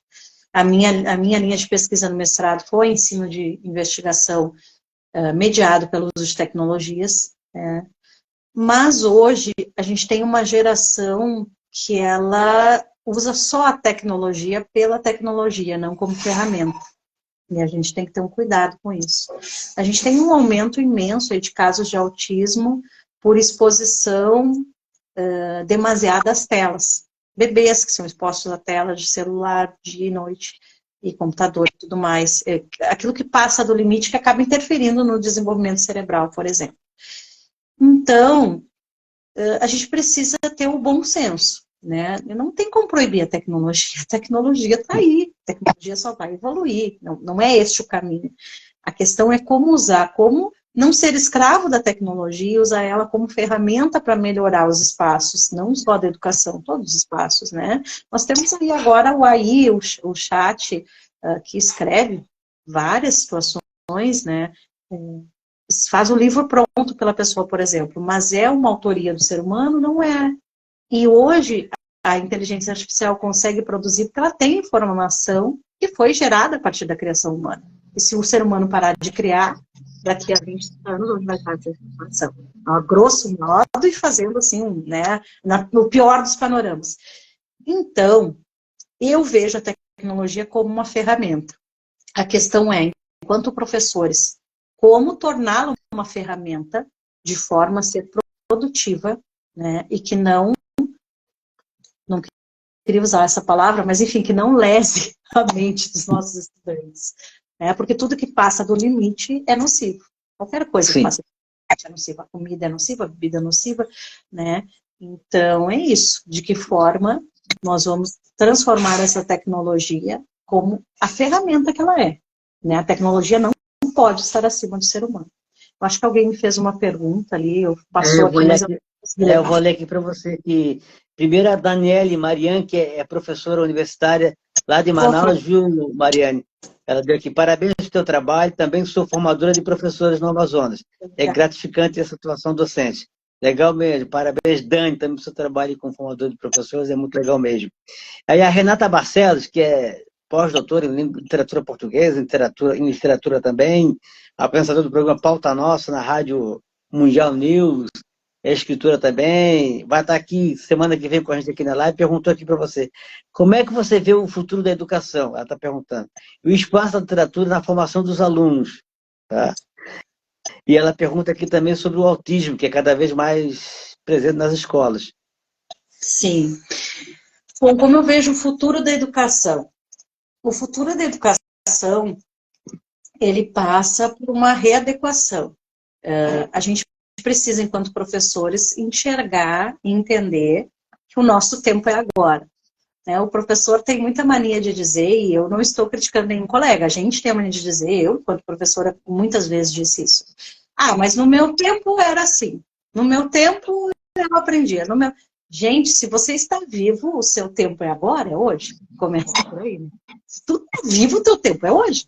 Tudo evolui. Né? No nosso tempo também não tinha luz elétrica, quando a gente era criança, no interior. Também não tinha televisão a cores, também não tinha celular, também não tinha internet. E as coisas evoluíram e nós evoluímos, nós passamos a usar toda essa tecnologia, mas dentro da sala de aulas tem a barreira. A transposição da escola para o mundo real tem que ser feita. A escola, via de regra, e as professoras e as colegas aí das federais me corrijam se eu estiver errada, né? Mas a escola, ela tem por hábito ter um muro que divide a escola do mundo real. A sala de aula está dividida do mundo real muitas vezes.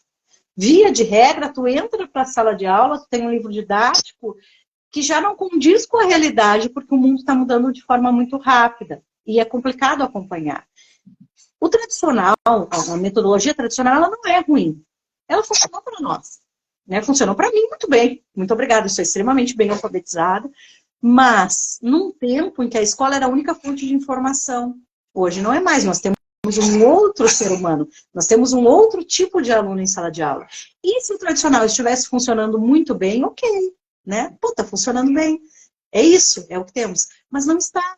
O que a gente mais vê é problema de professor com aluno, de conflito de gerações, de conflito de interesses, de que os alunos não querem, que os alunos estão apáticos. O autismo está realmente crescendo muito em sala de aula, principalmente nas crianças mais novas, a gente percebe. Então, a escola, ela precisa transpor esse muro. A escola precisa se adequar ao novo aluno que nós temos. Passa por metodologia, passa por formação continuada, assim, passa principalmente pelo professor entender que as coisas mudaram, que tudo muda e que nós, enquanto educadores, também precisamos reavaliar nossa prática. Né? E eu tive algumas experiências de metodologias positivas no mestrado, que eu tive que me reinventar também, que eu trabalhei com ensino por investigação, que é uma metodologia de ensino de ciências, né? eu usei para física, que realmente algumas coisas funcionam muito bem, né? O professor ele precisa sair do centro e do controle de tudo. Não quer dizer que o professor deixou de ser importante, pelo contrário. O professor é o sujeito mais importante na sala de aula, é quem detém o maior conhecimento e é quem precisa conduzir tudo isso. Mas ele não precisa saber tudo, não precisa ter todas as respostas naquele momento. Ele precisa muito mais orientar, ele precisa ser um curador de conteúdo digital, porque a internet está aí, os alunos não sabem onde pesquisar, nem o que pesquisar, nem como usar a ferramenta. Se eles precisam formatar um texto, por exemplo, no Word, eles não sabem usar uma planilha de cálculos no computador. Então, o professor, ele é, sim, importante, ele precisa mediar todo esse conhecimento que está disponível, né, para poder, para que a escola possa chegar nesse futuro, né, e consiga ainda fazer o seu papel. Que legal, é isso mesmo, Mariane, nesse tom mesmo, né? A importância da educação que a gente nunca pode perder de vista, assim. E como é que você viu esse novo currículo do ensino médio, assim, que rolou? Tá meio complicado, não? Ai, que comprometedor, né? Sabe que tem um apelido, assim, no ensino médio, é o neném, né? É nem pro Enem, nem pro vestibular, não funciona para nada. Cara, o que acontece com o novo ensino médio? Se ele for bem executado, né, funcionaria, mas funcionaria com uma baita estrutura de escola, né? Essa é a questão, né? As escolas de ensino médio, a maioria, eu não sei em Santa Catarina, mas no Rio Grande do Sul, pouquíssimas têm um laboratório de ciências, pouquíssimas têm um laboratório viável de informática, pouquíssimas têm um espaço maker, algumas têm uma baita estrutura, outras não. Quem vai fazer a diferença de fato é o professor. Tu pega uma habilidade no novo ensino médio, aliás, as habilidades que tem, elas são muito amplas. Tu pode pegar aquela habilidade, transformar numa baita aula, ou tu pode fazer o básico ou não fazer nada. Se questiona muito o esvaziamento de conteúdo do novo ensino médio, né, com a nova BNCC, que há um esvaziamento de conteúdo. Aí é que a gente tem que pensar na nova função da escola também, né? A escola não pode ser só conteudista. Se a gente for parar, a grosso modo, para ver, hoje toda a informação está disponível no Google. A um clique. O que o aluno vai fazer com aquela informação? Adianta todo o conteúdo disponível se ele não sabe usar, se ele não consegue interpretar, se ele não entende os conceitos, né? Então, esse novo ensino médio, ele traz um pouco desta evolução que a gente pensa para a educação. E aí a gente tem que cuidar para que isso seja feito de forma bem estruturada e que se consiga realmente dar subsídio para esse aluno. Porque o que é o meu medo? Isso é uma opinião pessoal minha. O que é o meu medo? Se fez essa mudança do novo ensino médio para que a escola entre no futuro que precisa, para que o aluno tenha condições de entender, de enxergar o mundo, de usar toda a ferramenta que tem. Ok, beleza. E se tirou muito do conteúdo teórico? E se não se fizer a transição? Tu não tem mais nem o conteúdo e nem tem a condição de entender o que está sendo dado. Essa é a minha preocupação pessoal enquanto professora, né? E vou repetir, quem faz a diferença de fato é o professor. Toda mudança na educação, toda reestruturação tem que passar por uma reestruturação de condições de trabalho para o professor. Não adianta jogar horrores de coisas em cima do professor e não dar estrutura de trabalho. Não adianta. Não adianta o professor continuar ganhando pouco, né? Porque, eu já ouvi que o professor só luta por salário e não luta por condição de trabalho. Gente, salário é a primeira condição de trabalho que qualquer pessoa tem que ter. Qualquer pessoa tem que ter. Porque tu tem que estar tranquilo para pagar teus boletos para poder executar teu trabalho. Então, passa por essa reestruturação de carreira, sim, e passa pela estrutura mesmo enquanto escola. Estrutura de sala de aula, estrutura de profissionais. Hoje, nós temos um quadro reduzidíssimo nas escolas gaúchas, né? Reduzidíssimo. E é bem complicado trabalhar, né? Não se tem professor substituto, escolas realmente faltam, né, profissionais, e faltam profissionais no banco para chamar. Não é nem que eu diga, o Estado não está contratando, não. O Estado tenta contratar, mas não tem mais professor disponível. Então, a gente já está tendo esse apagão de professores. Então, esse é o outro lado negro aí do futuro da educação, que é esse apagão de profissionais na área, né? porque realmente é tão difícil trabalhar com a educação que o pessoal está migrando. Isso que você falou da condição da condição de que o pessoal fala que o professor não luta por condição de trabalhos e só pensa em salário, chega a ser cruel, né? O cara querer falar em condição de trabalho, de estrutura da escola e desconsiderar a remuneração do professor, né? Se o professor não precisa ser bem remunerado, pode se dedicar a saber que a família está bem, que ele vai ter comida, ter alimento, que ele pode oferecer condição saudável para a família, para ele mesmo, né? Até mesmo para ele investir na própria formação dele, né? É cruel o cara falar isso em condição de tirar isso quando se fala em estrutura que a escola precisa para funcionar adequadamente, condição de trabalho, e querer ignorar a remuneração, né? É o principal. É a principal coisa. É principal. Não pode jamais falar nesse tipo de pensamento que é ridículo, né? É querer escravizar o professor, né? Aí vai querer que o professor seja feliz da vida para dar aula, seja entregue a função dele, se ele é mal remunerado, não sabe nem, sem saber se ele vai poder nem comer amanhã ou fazer alguma coisa pela família. Coisa ridícula, né? Cruel mesmo ter esse tipo de pensamento. Acho que bacana esse teu pensamento, gostei muito, Mariana, muito legal ouvir a sua posição como professora, como cidadã, é muito legal. Como escritora também, tudo faz parte, é muito legal. Um aprendizado, viu? Muito legal. Eu vou dar aqui uns recadinhos agora aqui, Mariana, ainda tem uma pergunta para você. Ok.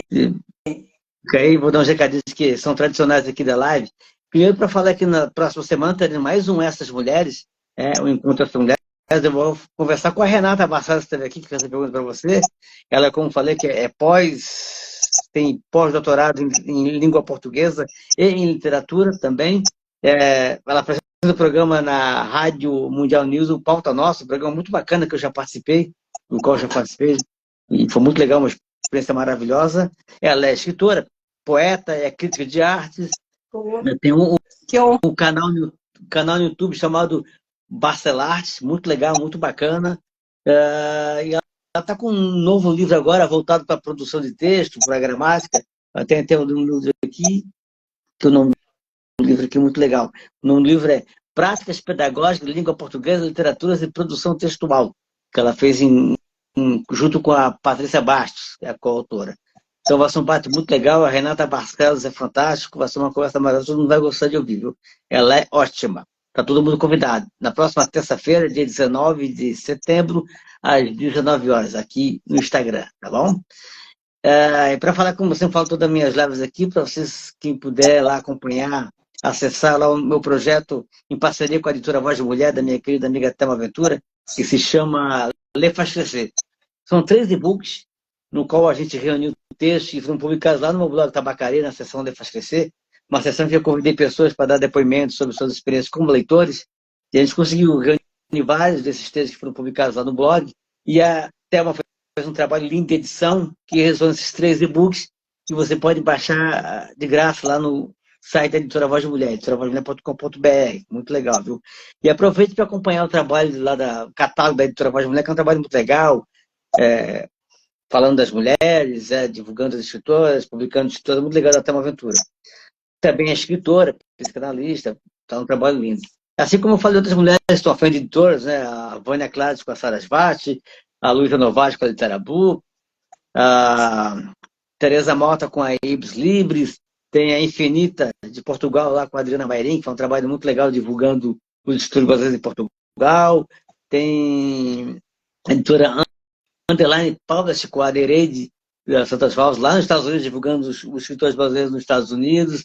Tem a Infinita aqui de Florianópolis com a Leonita Fernandes.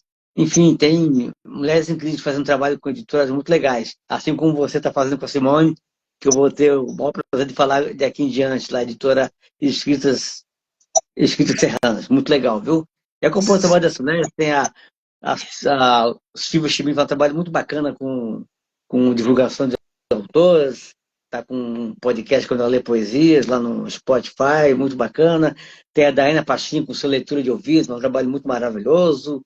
Tem as Eloradas, que é um projeto bacana que eu gosto muito, que é comandado pela Marta Cortesão e a Patrícia Poeta, duas poetas maravilhosas. Um coletivo que vem mais de 100 poetas, já está no terceiro e-book, o primeiro tom das bruxas, do Ventre à Vida. Vale a pena, é só entrar no perfil das Eluaradas, lá que você vai baixá-lo de graça. Enfim, essas mulheres fazem um trabalho maravilhoso, acompanhe. Tem uns grupos mulheres que fazem um trabalho bacana, que vale a pena acompanhar. É isso. Acompanhe também a Ilana Eleá, que faz um trabalho muito bacana, uma carioca que mora na Suécia, uma estudiosa da sexologia, tem um trabalho maravilhoso. Tem um projeto que ela faz toda a última terça-feira do mês chamado Conversas Íntimas, conversa com um público lá, todo mundo pode participar de graça. Ela traz um livro para ser discutido, da área da sexologia, muito legal. A Ilana faz um trabalho maravilhoso. Quem quiser, entre lá no perfil da Ilana, ele é aqui no Instagram, ou entra comigo que eu faço a ponte com vocês, que é muito legal. Você vai participar da conversa e pode receber também toda semana uma carta, que é a carta Desirê, que ela fala muito bacana sobre as experiências. É muito legal, viu? Então, não deixe de acompanhar essas mulheres que estão trabalhando maravilhoso. Acompanhe também a revista Voo Livre, da Marina Marino, que trabalha muito legal de divulgação de literatura. Enfim, a revista Debate, um trabalho muito legal, a revista cultural. Acompanhe. É importante a gente acompanhar, sobretudo, o trabalho das mulheres, que é muito legal a gente dar voz a elas. Assim como você faz muito bem, viu, Mariane? Eu quero falar também que essa live vai ficar aqui gravada no Instagram, viu? Aqui no perfil do Instagram. Aliás, se você quiser, Mariane, eu posso te enviar um link, você pode baixar no seu feed, essa live, se você quiser. Com certeza. Eu mando para você, tá bom? Você vai receber um link lá no privado do Instagram, para você analisar e você clica lá e abaixa no seu feed. Também vai estar no YouTube, nosso canal do lado Tabacaria Essas Mulheres. Na quinta-feira, a partir das 10 horas, ela vai estar lá também, viu? Convidando mundo a entrar no canal, apoiar, se inscrever, comentar, curtir o canal, que é um canal que a gente está no começo, está desenvolvendo ainda. Mais tarde vai ter matéria inédita, mas vale a pena lá já se inscrever e comentar. Tá? E é isso. Esses são meus recadinhos. Mariane, eu quero fazer uma pergunta a você, que é a última pergunta da live. Já faz um sucesso aqui também, que se chama Batom no Espelho, viu? O que se trata? Quer que você se imagine num quarto com um espelho enorme. Você vai escolher um batom da cor que você quiser. E eu quero que você, como escritora, como professora, como editora, como pessoa que lida com a formação de professores, que você trabalha, mas você faz, é que você vai esse espelho enorme aí, deixa uma mensagem com batom, qualquer mensagem, pode ser um texto, um poema, pode ser uma crítica, pode criticar o apresentador, fica à vontade, viu? Escolha o seu batom e deixa uma mensagem para a gente aqui no Essas Mulheres. Bom, o batom é vermelho, com certeza, né? E acho que a mensagem é vida longa ao blog Tabacaria Essas Mulheres e essas lives maravilhosas. Obrigado, Mariane. Obrigado mesmo, obrigado de coração. Mariane, muito legal te receber aqui, um papo maravilhoso. Deixa eu pegar a sua mensagem aqui da Maria do Campo, a gente não perder. Parabéns a convidar a Mariane pela excelente explanação. Assina embaixo, viu, Mariane? Maria do Campo. Foi uma explanação muito legal sobre educação. Tudo que ela falou aqui foi um aprendizado.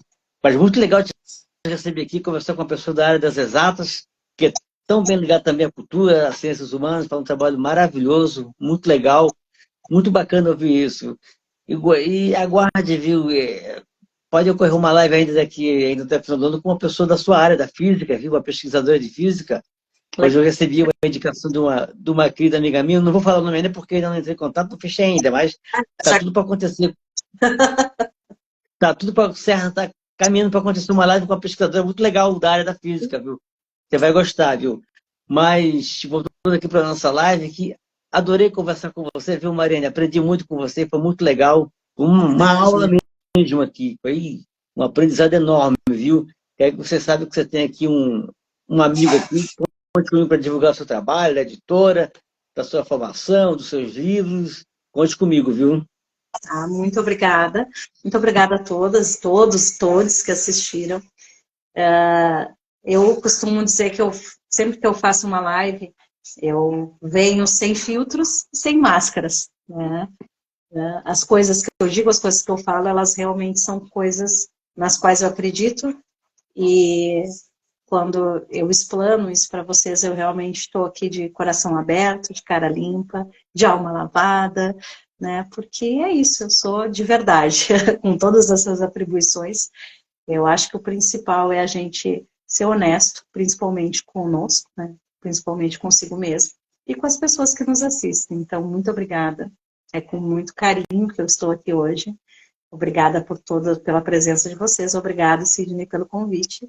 E estamos à disposição, tanto eu quanto a Escrita Serrana. Um abração. Obrigado, obrigado. Parabéns pelo seu trabalho lindo, viu? É muito importante. Ainda mais numa época que a gente ouve tanta bobagem, de terra plana e outras coisas assim. É bom ter uma pessoa que faz um trabalho tão bonito aí com a sua editora, com a sua formação de professores, né? Uma pessoa que escreve também sobre física, é da área, né? Física, matemática. É muito bacana. Você está um trabalho muito legal. A professora Simone aqui deu muito bom, parabéns. Obrigado, professor Simone, muito legal. Quem sabe eu faço uma live com você também. Ia ser muito bacana conhecer a Simone, né? Por favor, coloca a Simone na obrigação, né? Porque ela também tem que trabalhar um pouco de noite na live. Que legal, vai ser um prazer conversar com a Simone. Quem sabe? Vamos lá. Sim, eu não tenho Oi? convidou, já aceitou, porque eu já aceitei por ela, já está contratada para a live. Ah, que legal. Vou adorar, vou amar ouvir a Simone. Vai ser muito bacana. Eu quero agradecer a todo mundo que estava aqui na live. Quero pedir desculpas pelo transtorno que aconteceu no começo. Os deuses da internet estavam brincando comigo hoje, né? Aliás, quero aproveitar e também pedir desculpa da live da semana passada, que foi até mais grave, porque a gente fez a live, no finalzinho caiu tudo. Caiu o Wi-Fi, caiu o 4G, não funcionou nada. Deve ser por causa do tempo ruim, tudo que estava acontecendo, que aconteceu por aqui, que a gente está passando aqui no Sul, né, Mariane? Mas eu peço desculpas a todo mundo e é isso, quero agradecer a todo mundo que está aqui na live. Quem não conhecia a Mariane, por favor, siga a Mariane. Tem um pessoal que sempre assiste a live depois, viu, Mariane? Tem um público que sempre assiste depois, comenta, é muito bacana. É um feedback muito legal. Então, siga a Mariane, vocês ouviram aqui um trabalho maravilhoso que a Mariane faz, com uma cabeça espetacular dessas pessoas que a gente precisa à frente da educação, da cultura, à frente de escolas. É muito legal, viu? Legal. Sorte a sua escola que tem você à frente, viu, Mariane? Parabéns. Então, sigo a Mariane, sigo o trabalho da Mariane, a editora Escrita Serrana, que é muito legal, viu? Acompanhe. E quem está me conhecendo hoje e quiser me seguir aqui nas redes sociais, vai ser um prazer ter vocês em minha companhia, viu? Muito obrigado. Então é isso, Mariane, agradeço mais uma vez, quero brindar a você pelo seu trabalho lindo que você faz. A nossa homenageada do dia, Andradina Oliveira, faz um trabalho fantástico, viu? Fez um trabalho fantástico, muito legal, viu? Parabéns pelo seu trabalho, Mariane, conte comigo sempre. Professor Simone, será um prazer. Vai ser um prazer para mim também, viu, Simone? Tenho certeza. É recíproco. Obrigado mais uma vez a todo mundo, um brinde a todo mundo. Até a próxima live e até a próxima terça-feira com mais um Essas Mulheres. Obrigado. Tchau, Mariane. Obrigado. Foi um prazer te conhecer, viu? Beijo para todo mundo. Tchau. Prazer, gente.